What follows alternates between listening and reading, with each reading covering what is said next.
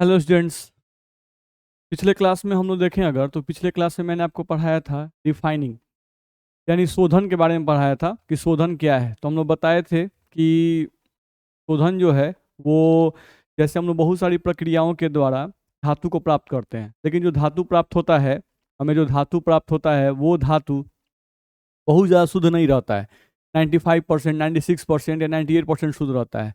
उसको लगभग 99.9% तक शुद्ध करने के लिए उस मेटल का अब क्या किया जाता था, रिफाइनिंग। ठीक है। तो रिफाइनिंग में हम लोग बहुत सारे प्रोसेसेस के बारे में पढ़े थे, जिसमें मैंने आपको बताया था, देखा है तो डिस्टिलेशन प्रोसेस, लिक्विएशन प्रोसेस, इलेक्ट्रोलाइसिस, नहीं, वेपर फेज रिफाइनिंग और जोन रिफाइनिंग, ये सब हम लोग पढ़ लिए थे। ठीक है। अब इन लोगों के बाद अगर देखें तो इन लोगों के बाद हम लोग का लास्ट एक बचा हुआ था, वो था क्रोमेटोग्राफी, नहीं, वर्ण लेखिकी जिसको कहते हैं, ध्यान रखना है। क्रोमेटोग्राफी प्रोसेस है वो हम लोग का लास्ट टॉपिक है, नहीं किसका, रिफाइनिंग का। तो उसको हम लोग को आज के क्लास में देखना है, नहीं बहुत ही आसान टॉपिक है, उसको हम लोग आज के क्लास में देखेंगे। ओके, चलो। तो हम लोग का मेटलर्जी में लेक्चर नंबर 11 तक हम लोग पढ़ चुके थे, ये हम लोग का मेटलर्जी का लेक्चर नंबर 12 आ गया। ठीक है। आज का टॉपिक क्या है हम लोग का, तो आज का टॉपिक हम लोग का लिखा हुआ है क्रोमेटोग्राफी। ये क्रोमेटोग्राफी क्या है, नहीं तो ये रिफाइनिंग का एक टाइप है। नहीं, जैसे रिफाइनिंग में हम लोग बहुत सारा टाइप पढ़े, जिसमें आपको नहीं मैंने बताया, कभी डिस्टिलेशन पढ़ा मैंने, लिक्विडेशन प्रोसेस पढ़ा, इलेक्ट्रोलाइसिस हम लोगों ने पढ़ा, नहीं तो उसी का ये लास्ट टॉपिक है, रिफाइनिंग करने का, नहीं यानी बहुत शुद्ध धातु प्राप्त करने का ये लास्ट मेथड है, उसको हम लोग को देखना है। चलो देखते हैं। यहां से देखा जाए तो क्रोमेटोग्राफी, क्रोमेटोग्राफी का हिंदी क्या होता है, तो वर्ण लेखिकी विधि। क्रोमेटोग्राफी का हिंदी होता है वर्ण लेखिकी विधि। ठीक है। लिख रहा है कि यह एक ग्रीक वर्ड है, चलो भाई ग्रीक वर्ड है। इसमें जो क्रोमा है, यहाँ पर हम लोग को जो क्रोमा दिख रहा है, क्रोमा, यहाँ पर हम लोग को जो क्रोमा दिख रहा है, क्रोमा, इस क्रोमा का मतलब क्या है, तो क्रोमा का मतलब लिखा हुआ है कलर। ठीक है। और जो ग्राफी लिखा हुआ है, इस ग्राफी का मतलब क्या है, तो राइटिंग, कलर राइटिंग। ठीक है। नॉर्मल से इसका मतलब है, जिसका हम लोग का यूज इसमें मिलेगा, कलर राइटिंग, यानी कलर के माध्यम से यहाँ पर अलग अलग अवयवी कणों को पहचाना जाएगा। ठीक है। तो कलर राइटिंग है। चलो क्या लिखा हुआ है इसके बारे में, नहीं इसका क्या लिखा हुआ है, तो इस विधि को धातुओं के शुद्धिकरण का सबसे आधुनिक तथा बहुमुखी विधि माना जाता है। ध्यान रखना है। यानी आज के समय में देखा जाए तो इसका हम लोगों को यूज बहुत ज्यादा किया जाता है। तो वही ये कह रहा है कि इस विधि को धातुओं के शुद्धिकरण का सबसे आधुनिक तथा बहुमुखी विधि माना जाता है। ध्यान रखना है। तो ये इसका कोई बहुत ही, अब देखना है, हम लोग ये भी बताया चले कि कौन सा पॉइंट इंपॉर्टेंट है। अभी जो हम लोग पढ़े ये इसका इंट्रोडक्शन है, इससे क्वेश्चन नहीं आता है, ये इंपॉर्टेंट नहीं है, ध्यान रखना है। हम लोग अभी क्रोमेटोग्राफी कुछ नहीं समझे, बस समझे कि क्रोमा का मतलब क्या है भाई, तो कलर, ग्राफी का मतलब क्या है, राइटिंग, ये एग्जाम में नहीं पूछता है, ध्यान रखना है। या ये बहुत आधुनिक तरीका है, ये सब एग्जाम में नहीं पूछता है, बस इसका इंट्रोडक्शन है तो हम लोग बताते हैं इस तरह, ध्यान रखना है। ठीक है। चलो अगले पॉइंट पे आ जाओ। तो ये बोल रहा है टाइप्स ऑफ क्रोमेटोग्राफी प्रोसेस, कितने तरह के हम लोगों को क्रोमेटोग्राफिक प्रोसेस जो है वो कितने प्रकार के होते हैं। तो वही बोल रहा है क्रोमेटोग्राफी प्रक्रिया के प्रकार। तो इसमें है आपका paper chromatography, coulomb chromatography, gas chromatography, thin layer chromatography. लेकिन ध्यान रखना ये टाइप्स भी एग्जाम में नहीं पूछता है, क्योंकि हम लोगों को देखा जाए तो सिर्फ पढ़ना है कूलम क्रोमेटोग्राफी के बारे में। हम लोग क्या पढ़ना है, कूलम क्रोमेटोग्राफी के बारे में। तो कूलम क्रोमेटोग्राफी को हिंदी में ऐसे भी लिखता है, ध्यान रखना है, ऐसे लिख दिया, कूलम क्रोमेटोग्राफी, कूलम क्रोमेटोग्राफी, ये हम लोग का होता है कूलम क्रोमेटोग्राफी, या स्तंभ क्रोमेटोग्राफी, या स्तंभ, इसको आप ऐसे बोलते थे। कूलम को हिंदी में स्तंभ भी कहा जाता है, तो बुक में आपको ऐसे भी लिखा रहता है, ऐसे भी लिखा रहता है। तो स्तंभ क्रोमेटोग्राफी या स्तंभ वर्ण लेखिकी, स्तंभ वर्ण लेखिकी क्रोमेटोग्राफी को क्रोमेटोग्राफी भी कभी कभी बुक में लिखता है और कभी कभी वर्ण लेखिकी भी लिखता है। तो दोनों बात हम लोग के दिमाग में होना चाहिए। ठीक है। तो टाइप्स ऑफ क्रोमेटोग्राफी हमको नहीं याद करना है, टाइप्स ऑफ क्रोमेटोग्राफी हम लोग को ध्यान रखना है कि हम लोग को कौन सा क्रोमेटोग्राफी पढ़ना है, तो कूलम क्रोमेटोग्राफी बस पढ़ना है। नहीं, कूलम क्रोमेटोग्राफी ऐसी को स्तंभ वर्ण लेखिकी कहते हैं। ठीक है। इसी के बारे में सिर्फ हम लोग को पढ़ना है, ये टाइप्स याद नहीं करना है, ध्यान रखना, ये हम लोग को नहीं पढ़ना है। ठीक है। तो आगे बढ़े हम लोग। अगले पॉइंट पे आ जाए, प्रिंसिपल। नहीं, हम लोग देखें अगर तो कोई भी क्रोमेटोग्राफी हो, नहीं किसी भी क्रोमेटोग्राफी जो है ये किस सिद्धांत पर काम करता है, किस प्रिंसिपल के पर काम करता है, उसके बारे में हम लोग को बताया गया है। समझते हैं क्या लिख रहा है ये? तो ये लिख रहा है कि एक मिश्रण के अलग अलग अवयवी कणों, ध्यान से पढ़ना है, एक मिश्रण के अलग अलग अवयवी कणों की अधिशोषक के सतह पर चिपकने या अधिशोषण की क्षमता अलग अलग होती है। ध्यान रखना है। तो एक मिश्रण के अलग अलग अवयवी कणों की अधिशोषक के सतह पर चिपकने या अधिशोषण की क्षमता अलग अलग होती है। ठीक है, ये कह रहा है क्या कि जैसे मान लो एक मिश्रण है, यहाँ पे हम लिखते हैं कि मान लो एक मिश्रण है, उस मिश्रण में अवयवी कौन कौन से हैं?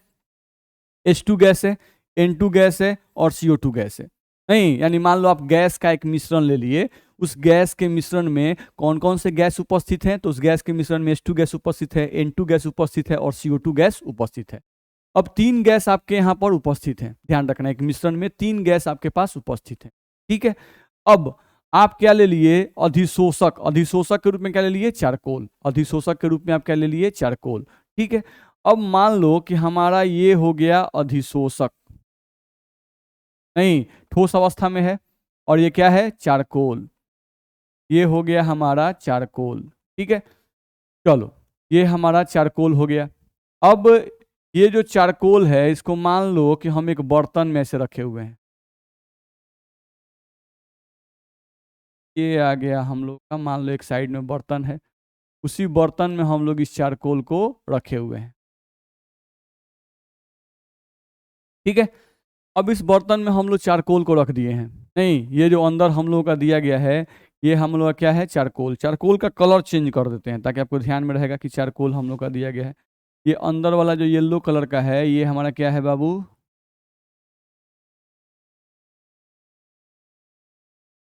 ये हो गया हमारा चारकोल। ठीक है, तो ये आपका चारकोल हो गया, मान लेते हैं येलो येलो जो दिख रहा है वो सब क्या है? हमारा चारकोल है। ठीक है, तो इसमें हम लोग चारकोल भर दिए। ठीक है, मान लो अब तुम क्या कर रहे हो कि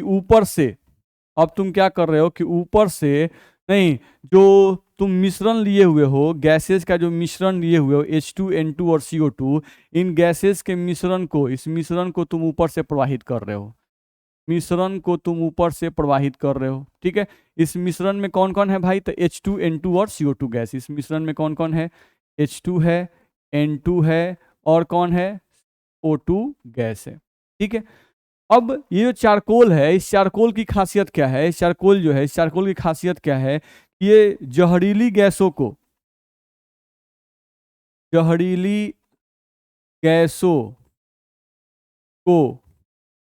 आसानी से आकर्षित कर लेता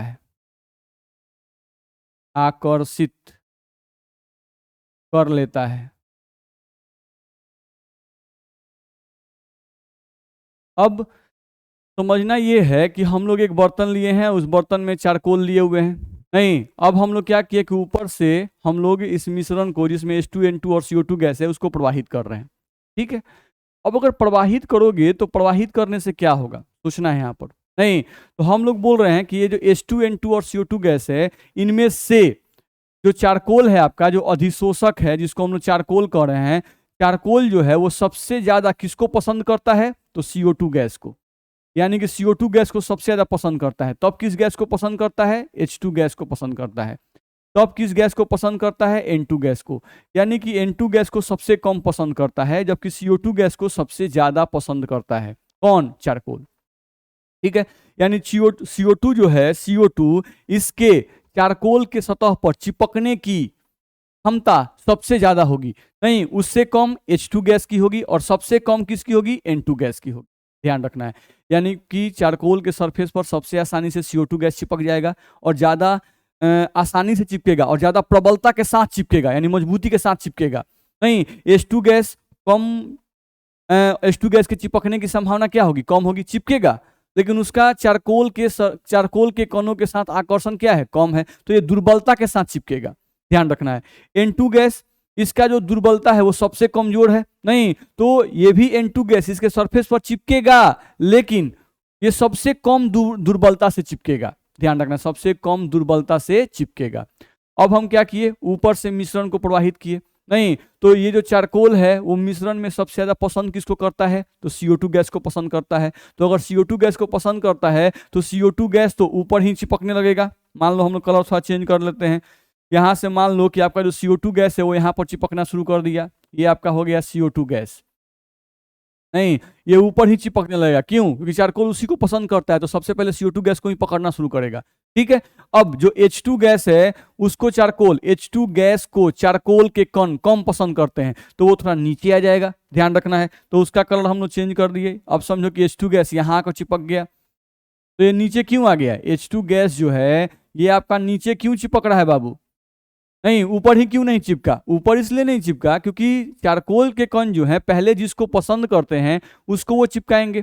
अब H2 गैस को चूंकि वो कम पसंद करते हैं तो H2 गैस ऊपर से नीचे तेजी में प्रवाहित होने लगा, नहीं H2 गैस ऊपर से नीचे तेजी में प्रवाहित होने लगा और बीच वाले सतह पर चिपकना शुरू कर दिया, जहां पर हम लोग के CO2 गैस उपस्थित नहीं थे, क्योंकि पहले चारकोल CO2 को आकर्षित करेगा, फिर किसको आकर्षित करेगा, H2 गैस को, फिर किसको, N2 गैस को। तो सबसे नीचे कौन चिपकेगा बाबू, तो सबसे नीचे चिपकेगा तुम्हारा N2 गैस। तो ये हो गया N2 गैस का लेयर, देख लो यहां पर तुम्हारा N2 गैस चिपक जाएगा इस तरह से।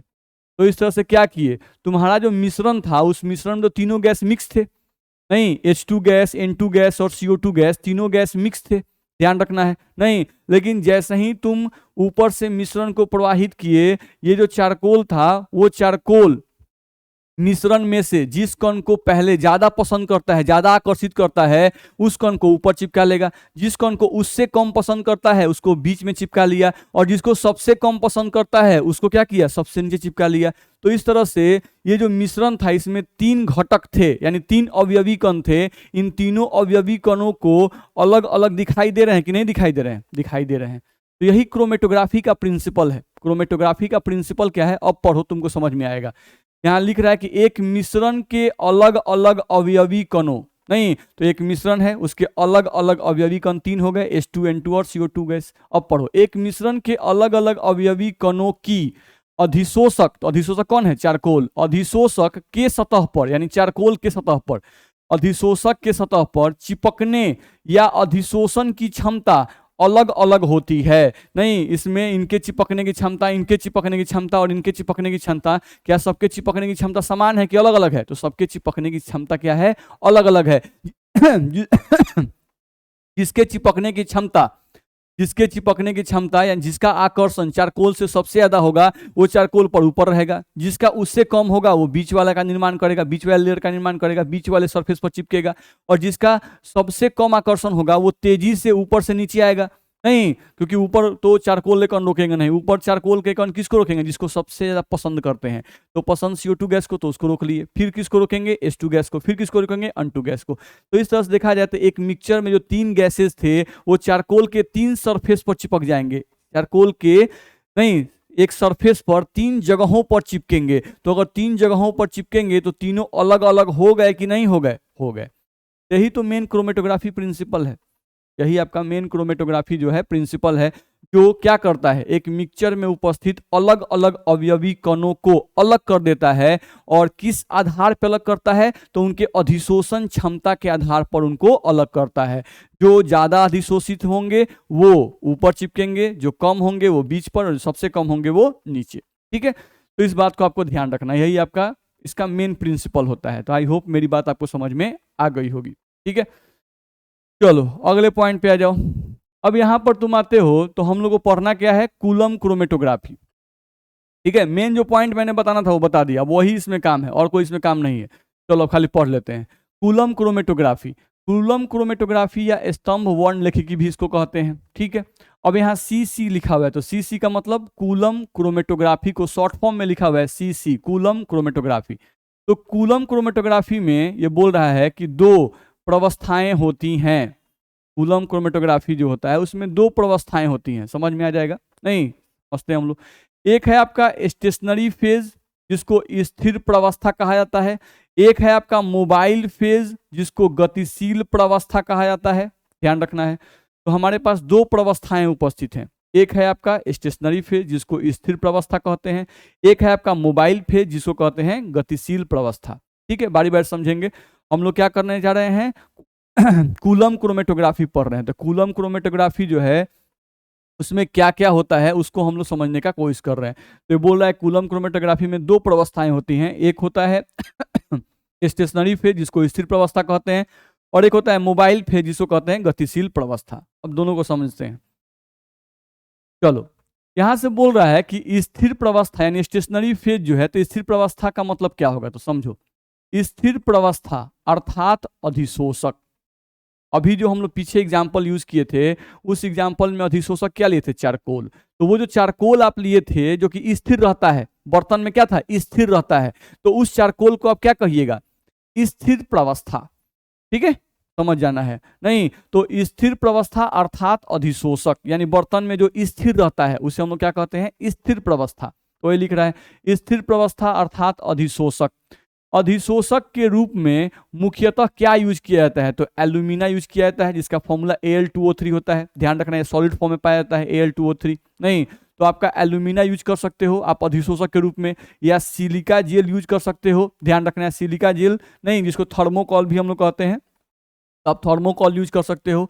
ETC का उपयोग किया जाता है। नहीं, जैसे अधिशोषक के रूप में गैसेस को अलग करने के लिए हम चारकोल भी यूज कर सकते हैं, ध्यान रखना है। तो अधिशोषक जो होते हैं, नहीं कूलम क्रोमेटोग्राफी में जो अधिशोषक होते हैं, जिनके सतह पर गैस अलग अलग जगहों पर चिपकते हैं, उस अधिशोषक को ही हम लोग क्या कहते हैं, स्थिर प्रवस्था। ठीक है, ये समझ लेना है।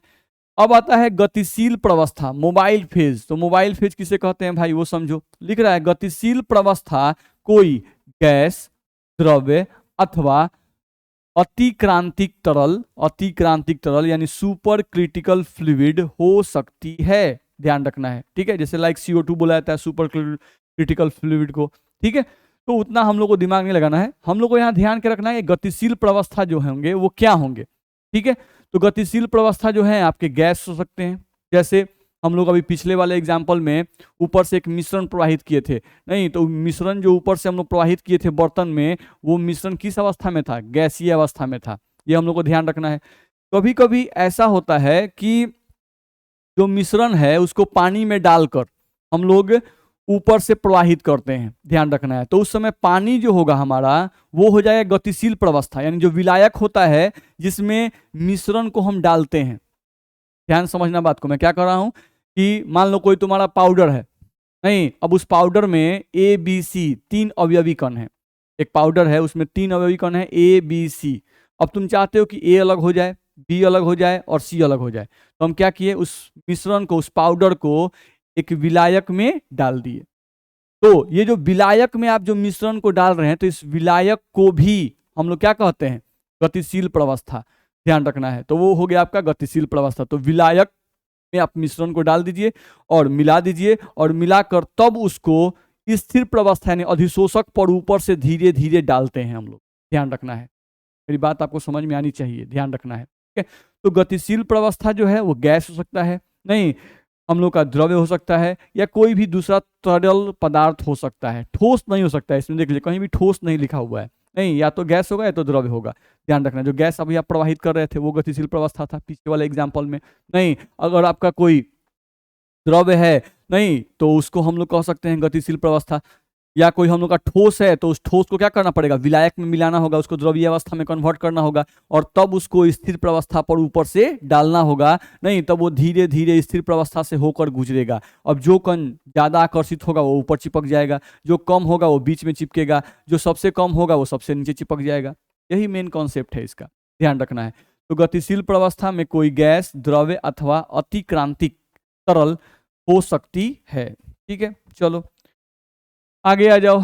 यहां से लिख रहा है कि जिस मिश्रण के अवयवी कणों, ध्यान से पढ़ो, जिस मिश्रण के अवयवी कणों या घटकों का पृथक्करण करना होता है उसे एक उपयुक्त विलायक यानी कि मोबाइल फेज में मिलाया जाता है, मोबाइल फेज में मिलाया जाता है तथा उसे कूलम के ऊपर से डाला जाता है।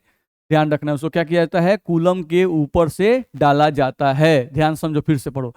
जिस मिश्रण के अवयवी कणों या घटकों का पृथक्करण करना है, जिस मिश्रण, देख रहे हो मिश्रण लिखा है, तो जिस मिश्रण यानी वैसा मिश्रण जिसमें मान लो कंपोनेंट हमारे पास हैं ए बी और सी, इन्हीं के अवयवी कणों को, ए को, बी को, सी को अलग करना है।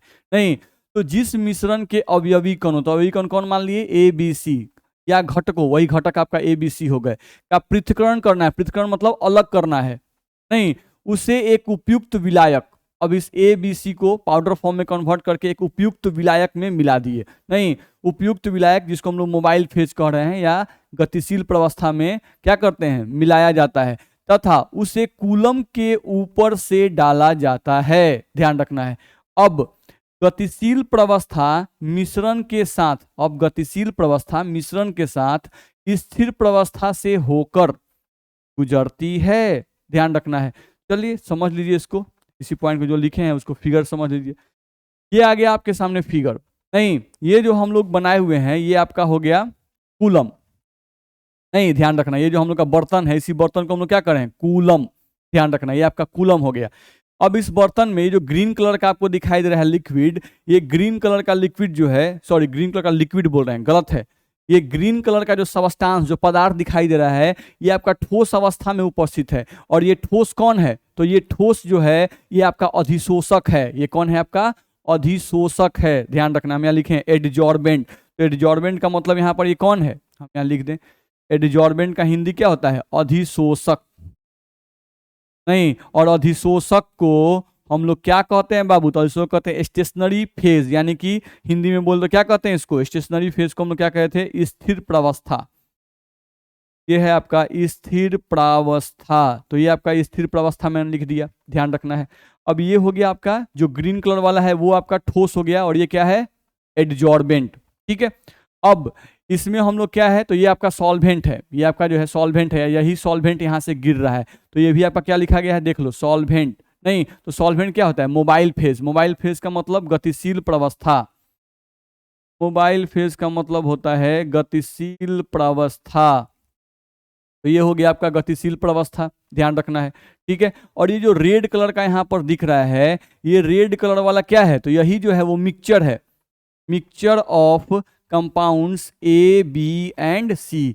तो यही आपका मिक्सचर है ए बी एंड सी, जिसको हम लोग ऊपर से अब डाल रहे हैं। ठीक है, समझो अब हम लोग क्या क्या किए, ध्यान से देखना है। हम लोग एक कूलम लिए, नहीं, ये जो हम लोग जिस ट्यूब का यूज किए हैं ये, इसी को हम लोग कूलम कह रहे हैं। एक कूलम हम ले लिए, इस कूलम में हम क्या डाल दिए, तो इस कूलम में जो ग्रीन कलर का दिख रहा है ये हमारा क्या है, तो अधिशोषक। अधिशोषक के रूप में हम लोग यहाँ पर एल्यूमिना यूज कर सकते हैं या सिलिका जेल यूज कर सकते हैं। मान लो एक कूलम क्रोमेटोग्राफी है, तो कूलम क्रोमेटोग्राफी में जनरली एल्यूमिना का यूज किया जाता है। तो मान लो कि यहाँ पर हम लोग स्थिर प्रावस्था के जगह पर क्या यूज किए हैं, एल्यूमिना, Al2O3 को यूज किए हैं। ठीक है, ये समझ गए। हम लोग इसमें Al2O3 को, ये ठोस अवस्था में है, इसी को उपस्थित कर दिए हैं, अंदर डाल दिए हैं। ठीक है, अब ऊपर जो रेड कलर का दिख रहा है ये हम लोग क्या डाल दिए, उस मिक्सचर को, उस मिक्सचर के पाउडर को हम लोग डाल रहे हैं, जिसमें ए बी सी हैं, नहीं लेकिन तीनों मिक्स हैं, तीनों मिक्स हैं। इस रेड वाले में तीनों मिक्स हैं, ए बी सी पूरा मिक्स हैं। अब इन्हीं ए को अलग करना है, बी को अलग करना है, सी को अलग करना है। तो हम ऊपर कूलम यानी जो ठोस था उसके ऊपर यहाँ पर रख दिए। अब धीरे धीरे क्या कर रहे हैं, ये हम लोग का नॉब है, इस नॉब को खोल रहे हैं। तो ऊपर से जो आपका विलायक है, जो लिक्विड है, जिसको गतिशील प्रावस्था कहते हैं, ये ऊपर से नीचे की तरफ गिर रहा है। वो क्या करेगा, तो इस मिक्सचर को अपने में मिला लेगा, डिसॉल्व कर लेगा, मिक्स कर लेगा, और मिक्स करके धीरे धीरे ऊपर से नीचे की ओर आना शुरू करेगा।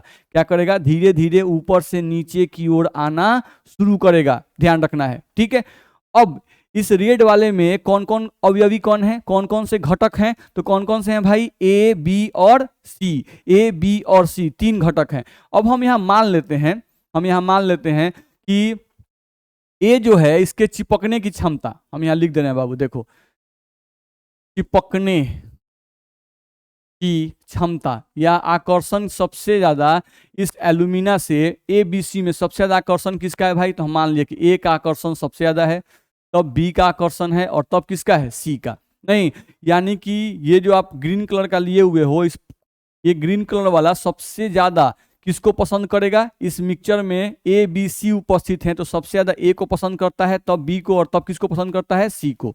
ठीक है, ये हम लोग समझ गए। अब ऊपर से हम डाल दिए, नहीं ये विलायक है, विलायक इस रेड वाले को मिक्स करेगा और मिक्स करके ऊपर से नीचे आना शुरू करेगा। अब ऊपर से नीचे जब ये विलायक के साथ आएगा तो सोचो, जब ऊपर से नीचे ये विलायक के साथ आएगा तो ये जो ठोस पदार्थ है इससे होकर ये गुजर रहा है, तो ये ठोस पदार्थ जो है इस मिक्सचर में से ए को सबसे ज्यादा पसंद करता है। तो क्या वो ए को नीचे जाने देगा? ए को बहुत नीचे नहीं जाने देगा, ए को ऊपर से नीचे आने में बहुत समय लगेगा। क्यों? क्योंकि यहाँ ये एल्यूमिना के जो पार्टिकल हैं और इस मिश्रण में जो ए के पार्टिकल हैं वो एक दूसरे को बहुत पसंद करते हैं, तो वो उसको कस के पकड़ लेगा, उसको जल्दी नीचे जाने ही नहीं देगा। नहीं, इसीलिए आप देखोगे यहाँ पे फिगर बनाया गया है तो ए जो है वो सबसे ऊपर रह गया, ए जो है वो सबसे ऊपर वाले सतह पर यहीं चिपक कर यहीं पर खत्म हो गया ए पूरा। नहीं, ध्यान रखना है। अब बी जो है इसका आकर्षण थोड़ा कम है तो ये ऊपर से नीचे तेजी में आएगा। नहीं, क्यों? क्योंकि एल्यूमिना के जो पार्टिकल होंगे, एल्यूमिना के जो कण होंगे वो बी को उतना पसंद नहीं करते हैं, तो बी जो होगा वो ऊपर से नीचे ए के सापेक्ष में इसके आने का स्पीड क्या होगा? ज्यादा होगा। नहीं, तो बी हम लोगों का बीच वाला कलर का बीच वाले सरफेस पर चिपक गया।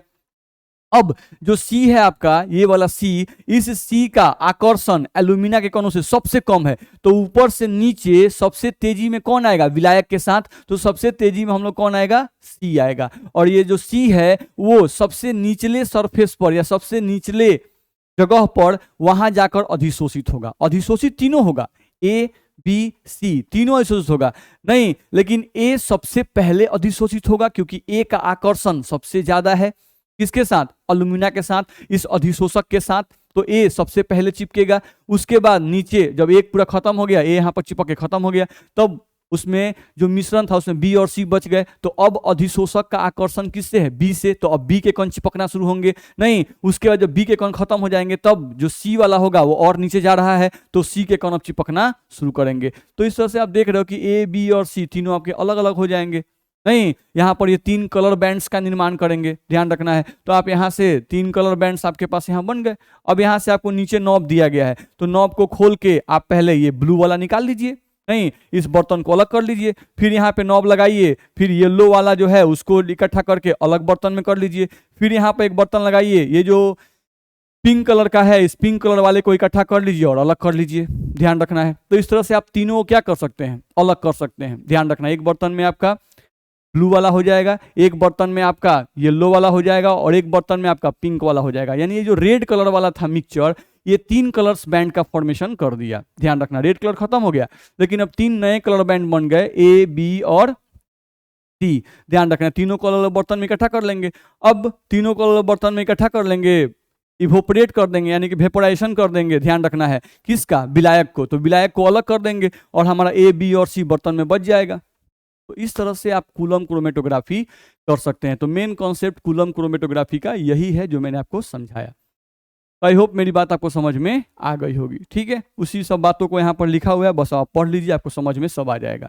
ध्यान रखना है, लिखा हुआ है अब मिश्रण में जिस घटक की घुलनशीलता या अधिशोषण स्थिर प्रवस्था के साथ ज्यादा होगी, ये क्या बोल रहा है कि जिस घटक की घुलनशीलता, घुलनशीलता का मतलब है क्या है? चिपकने की क्षमता, या अधिशोषण का मतलब भी क्या है? चिपकने की क्षमता या आकर्षण की क्षमता स्थिर प्रवस्था के साथ ज्यादा होगी, वह इस प्रवस्था से गुजरने में ज्यादा समय लेगा तथा वह कूलम के ऊपरी हिस्से में ही उपस्थित रहेगा। ध्यान रखना है, तो ये क्या कह रहा है कि जिसका आकर्षण ज्यादा होगा वो कूलम के ऊपरी हिस्से में ही उपस्थित रहेगा। ध्यान रखना है, उसको नीचे जल्दी जाने नहीं देंगे। कौन? अधिशोषक के कण, क्योंकि आकर्षण क्या है? ज्यादा है। ठीक है, चलो, जबकि जिस घटक की घुलनशीलता स्थिर प्रवस्था के साथ कम होगी उसको इस प्रवस्था से गुजरने में कम समय लगेगा तथा वह कूलम से निचले हिस्से में उपस्थित रहेगा, तथा वो कूलम के निचले हिस्से में उपस्थित रहेगा। किसका? जिसका आकर्षण कम होगा, क्योंकि वो तेजी से नीचे की ओर जाएगा। क्यों भाई? क्योंकि जो अधिशोषक है वो उसको पसंद नहीं करता है। ध्यान रखना है, तो वो विलायक के साथ तेजी में नीचे की ओर जाएगा। ये हम लोग को ध्यान रखना होगा। चलो अगले पॉइंट पे आ जाए। क्या लिख रहा है कि इस प्रकार नमूने या मिश्रण के घटक जैसे जैसे स्थिर प्रवस्था में से गमन करते हैं एक दूसरे से पृथक यानी अलग हो जाते हैं। ध्यान रखना है, जैसे जैसे वो ऊपर से नीचे की ओर धीरे धीरे आएंगे वैसे वैसे पहले ए चिपका, तब बी चिपका, तब सी चिपका, और ए बी सी क्या हो जाएंगे, अलग अलग हो जाएंगे। ध्यान रखना है, ठीक है। तथा तीन अलग अलग कलर बैंड्स का निर्माण करते हैं। ये तीन अलग अलग कलर बैंड्स का निर्माण करेंगे, जैसे ए का कलर कुछ और था, बी का कुछ और सी का कुछ और था, यदि मिश्रण आपका रंगीन है तो। चलो, अब इन घटकों को अलग अलग फ्लास्क मतलब बर्तन में इकट्ठा कर लिया जाता है। इन बर्तनों में से विलायक का वाष्पीकरण करवाया जाता है तथा अवयवी कणों को प्राप्त कर लिया जाता है। नहीं, अब ए बी सी तीनों में विलायक भी उपस्थित हैं, तो विलायक को हटाने के लिए क्या तरीका है, उसको इवेपोरेट कर दीजिए। इवेपोरेट कीजिएगा, विलायक आपका अलग हो जाएगा। अब आपका विलायक अलग हो गया, अब आपका विलायक जो है वो अलग हो गया। नहीं, तो आपको ए बी सी तीनों मिल गया। अब ए बी सी में जो आपके काम का है वो काम वाला चीज रख लीजिए, नहीं बाकी को फेंक दीजिए। ध्यान रखना है। चलिए, ये समझ में हम लोग को आ गया।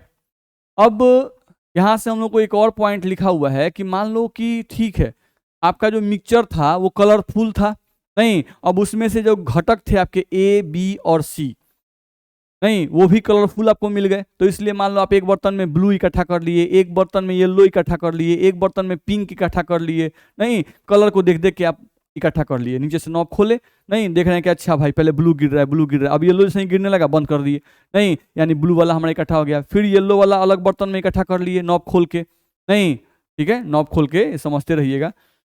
यहाँ पर देख सकते हैं आप, नहीं, यहीं से हम लोग नॉब खोलते हैं, तो ये सॉरी यहाँ से आपका तीनों अलग अलग हो गया है, तो इस नॉब को खोलिए।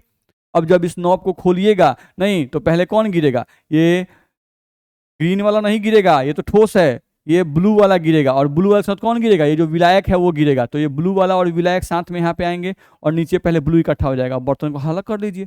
फिर पहले येलो वाला आएगा, नहीं, और येलो के साथ विलायक आएंगे, उनको एक अलग बर्तन में इकट्ठा कर लीजिए, नहीं, फिर पिंक वाला आएगा, उनको अलग इकट्ठा कर लीजिए। तो ये आप कब कर पाइएगा, ये तब कर पाइएगा जब तीनों का कलर अलग अलग होगा तब। ध्यान रखना है, तीनों का कलर अलग अलग होगा तब, नहीं, लेकिन अगर तीनों का कलर अगर लगभग सेम हो जाए, नहीं, तीनों का कलर जो है वो लगभग सेम हो जाए, ये कलर या ये कलरलेस हो जाएंगे, तो अब कैसे अलग कीजिएगा ए बी सी को। ये तो जरूर है कि अगर तीन अवयवी कण हैं तो तीनों के चिपकने का क्षमता अलग अलग होगा, तीनों का चिपकने की क्षमता सेम नहीं होगा, ये बात फैक्ट है। लेकिन अब तीनों का कलर अगर सेम हो जाए या तीनों कलरलेस हो जाए, नहीं, तीन बैंड का वो फॉर्मेशन कर रहे हैं लेकिन कलर पता नहीं चल रहा है, तो उस केस में इनको कैसे अलग करेंगे। तो उसको भी अलग करना बड़ा आसान है, बस थोड़ा सा दिमाग में ध्यान रखिए। क्या करना है, हम लोग यहाँ से नॉब खोले, नहीं, अब इसके लिए बहुत सारा बर्तन पहले इकट्ठा कर लेंगे, 10 को 15 को 20 को 25 को पहले बर्तन इकट्ठा कर लिए, नहीं, अब इसमें से बहुत थोड़ा सा लिक्विड निकालेंगे, 20 से 25 सेंटीमीटर क्यूब जो है इसमें से लिक्विड निकाल लेंगे, उसको अलग इकट्ठा कर देंगे। फिर 20 से 25 सेंटीमीटर क्यूब लिक्विड निकाल के अलग कर लेंगे। फिर वैसे ही बार बार सब बर्तन में 20 से 25 सेंटीमीटर क्यूब लिक्विड सब निकाल के, नहीं, इस पूरे लिक्विड को हम निकाल लेंगे, पूरे लिक्विड को निकाल लेंगे। ग्रीन वाला नहीं निकलेगा, ये ठोस है, बार बार बोल रहे हैं, ध्यान रखना है, ठीक है। तो मान लीजिए कि ए बी सी इन तीनों का कोई कलर नहीं है, ये कलरलेस है, तो हम क्या किए, 10 15 20 बर्तन इकट्ठा कर लिए और सब में थोड़ा थोड़ा थोड़ा थोड़ा करके लिक्विड इकट्ठा कर लिए, ठीक है। अब मान लो कि 15 बर्तन हैं और 15 बर्तन में किस लिक्विड, कौन सा लिक्विड जो है वो सेम है, 15 बर्तन है, नहीं, तो 15 बर्तन में कुछ लिक्विड होंगे जिनका प्रॉपर्टी सेम होगा, तो कैसे पता करेंगे। तो बहुत सारा तरीका है, भौतिक तरीका है, रासायनिक तरीका है, नहीं, जैसे मान लो कि हम लोग 2 गो बर्तन, 15 बर्तन में लिक्विड निकाल लिए, अब 2 गो बर्तन को उठाए, 2 गो बर्तन को उठा के क्या किए, दोनों के लिक्विड को बॉयल किए। अगर दोनों का बॉइलिंग पॉइंट सेम आ गया तो इसका मतलब हुआ कि अच्छा दोनों लिक्विड सेम है, तो उनको मिक्स कर देंगे, नहीं, फिर हम 2 को लेंगे, फिर उन दोनों का बॉइलिंग पॉइंट चेक करेंगे, अच्छा इसका तो बॉइलिंग पॉइंट पहले वाले की तरह ही है, तो फिर चारों को मिक्स कर देंगे, सब एक साथ हो जाएगा।